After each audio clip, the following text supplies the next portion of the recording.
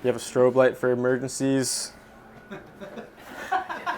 Sorry, brother. I'm Sailor First Class Betts. I've been at FDUA for 2 years now, and this is what I use on a daily basis when we're diving. We have our reg set. This is our AGA, which is just a full face dive mask. You also have your secondary in case of an emergency, and then you also have a pressure gauge as well. So this is our BC, which stands for buoyancy compensator.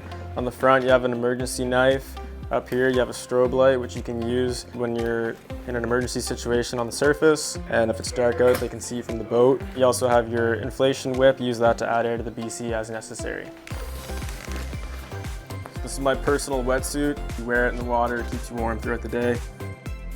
These here are my fins. Use that to swim around. Along with that, I have a half mask, which I can choose to wear if I want to. And then I have a depth gauge, which tells me where I'm at within the water line. Whenever you're diving, you'll be wearing a safety harness. And on the front, you can hook on a lifeline. Usually that's attached to a float or you're being tended by another diver.